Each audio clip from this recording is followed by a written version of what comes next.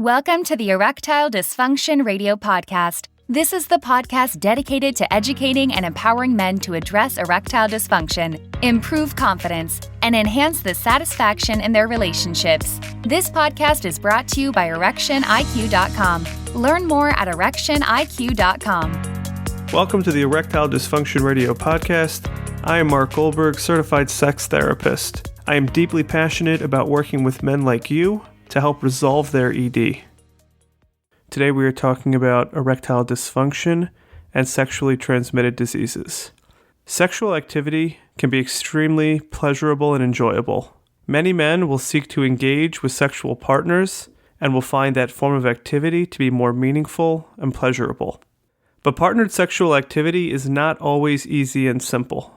Men can have a multitude of concerns about partnered sexual activity that can contribute to erectile dysfunction. One of these areas is sexually transmitted diseases, more commonly referred to as STDs. Before we get started, I want to be clear that if you think you have an STD, you should visit your physician. STDs can often be treated or managed, and without intervention, they can progress to more serious physical issues, potentially impacting erectile function. The exact processes that allow STDs to impact the physiological erection process are beyond the scope of this episode, but it is important to know that it is rare. What more commonly impacts erections is the fear and the worry about STDs. We live in a culture where sex can occur without knowing your partner very well. Whether through meeting partners in person or through dating apps, hookup culture means that sexual activity can occur before knowing your partner's last name, let alone his or her sexual history. While this can have erotic appeal to some people, for many this is an anxiety-provoking process and can raise concerns about STDs. As we have emphasized in previous episodes, a man needs to be comfortable and relaxed in order to optimize the environment for erections. Fears and worry about STDs are often enough to disrupt a reliable erection process.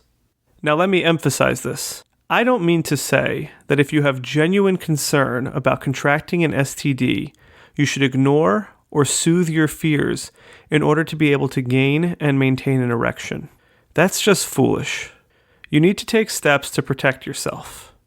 But if you have concerns about disease, if you're feeling worried about a partner, and you do not achieve an erection, relax and don't internalize it.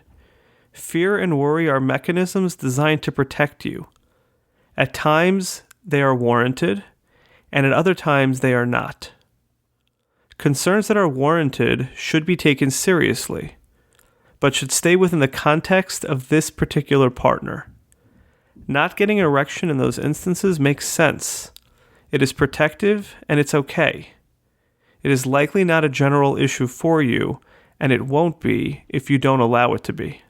If the worry about disease is manifesting in other situations, if you are worried about STDs with each and every partner, your fears may be unwarranted. Fear and worry often extends beyond the original triggers and needs to be addressed in order to continue gaining and maintaining erections. There are a number of situations that can arise with regard to STDs and erectile dysfunction. The first is when a man has contracted an STD. As we've already mentioned, STDs should be treated by a medical professional. You should not engage in unprotected sexual activity and should strongly consider your ethical obligations to a potential partner.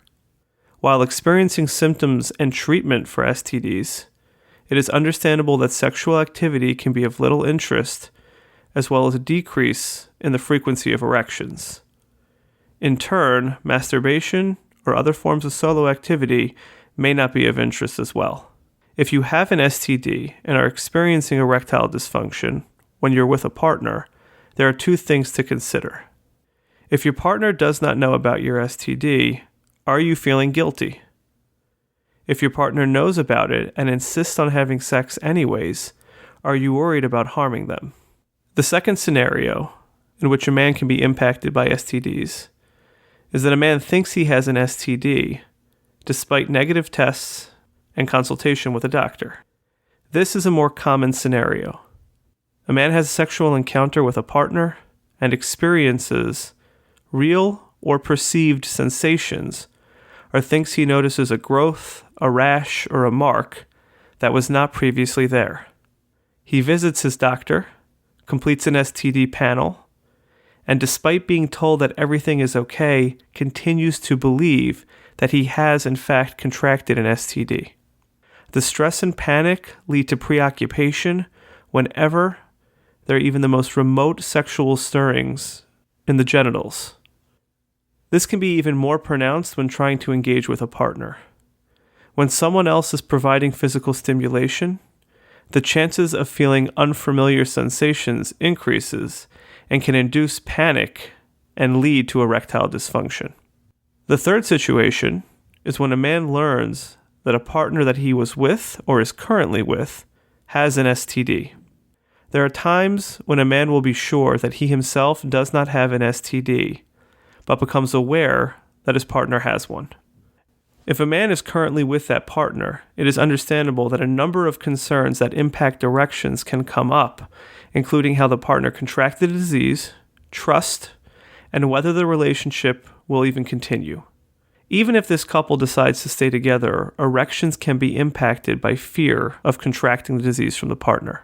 If a man is not in a relationship with that partner who has an STD, he may develop a fear of engaging with future partners and avoid partnered sexual activity.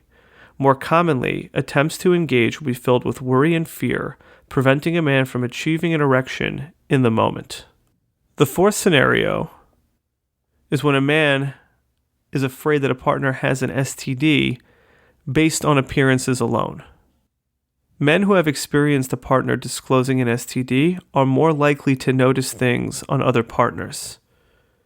These men can mistake birthmarks, ingrown hairs, pimples, and even shadows as a potential STD.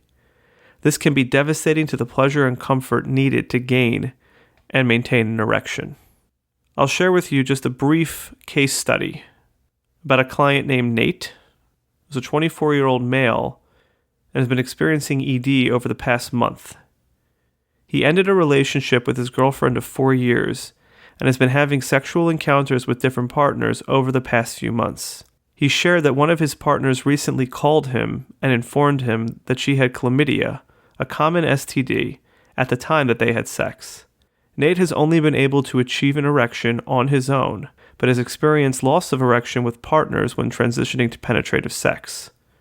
Despite not having any symptoms, Nate visited his doctor and tested negative for STDs. Nate chose to meet with a therapist to process the breakup with his girlfriend and identified the importance of knowing more about the partners that he's with and being able to trust them. He addressed his cognitive distortions about STDs and was able to focus on finding a more stable relationship and avoid hookups that raise his anxiety and fears. These issues are very common. You are not alone. Taking a few steps in the right direction can make a significant difference in helping you return to reliable erections and satisfying partnered sex. Thanks for listening to the Erectile Dysfunction Radio Podcast. For more information on today's topic and understanding how the mind impacts erectile dysfunction, please visit erectioniq.com. That's erectioniq.com.